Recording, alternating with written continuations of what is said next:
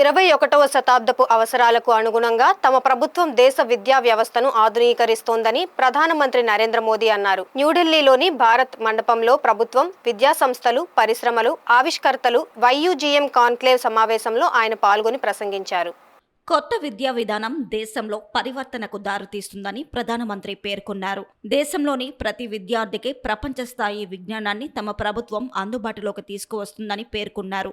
AI దేశం కోసం పనిచేయాలనే ఉద్దేశంతో ప్రభుత్వం మేక్ ఏఐ ఇన్ ఇండియా అనే లక్ష్యంతో పనిచేస్తుందన్నారు. సమాచార సాంకేతిక పరిజ్ఞానం అభివృద్ధిలో భారత్ అగ్రగామిగా ఉందని చెప్పారు. ఈ వృద్ధిని మరింత వేగవంతం చేయడానికే ఇండియా ఏఐ మిషన్ను ప్రారంభించిందని వివరించారు.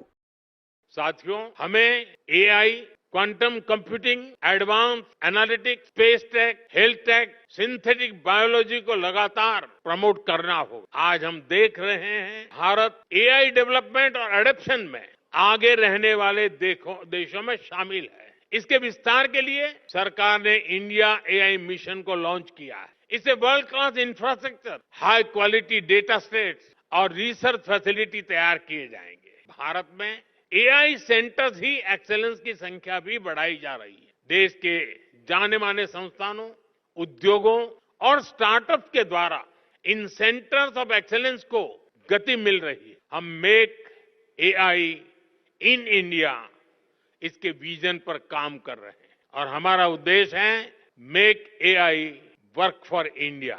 इस बार के बजट में हमने आईआईटी में सीटों की संख्या और कैपेसिटी बढ़ाने का निर्णय लिया है। देश में मेडिटेक यानी मेडिकल प्लस टेक्नोलॉजी के कई कोर्सेज आईआईटी और एम्स के सहयोग से शुरू किए गए हैं। हमें इस जर्नी को समय से पूरा करना है। हमें हर फ्यूचर टेक्नोलॉजी में भारत को बेस्ट इन वर्ल्ड की लिस्ट में शामिल करना है। युग्म के जरिए हम इन प्रयासों को नई ऊर्जा दे सकते हैं।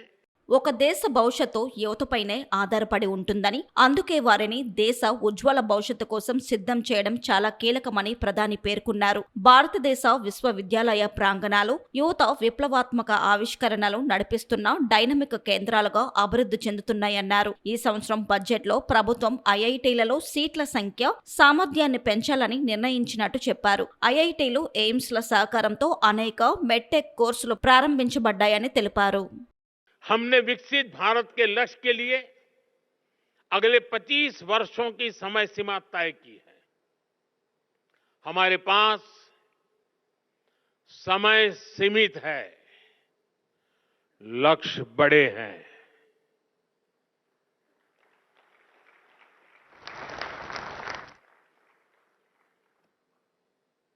ये मैं वर्तमान स्थिति के लिए नहीं कह रहा हूं।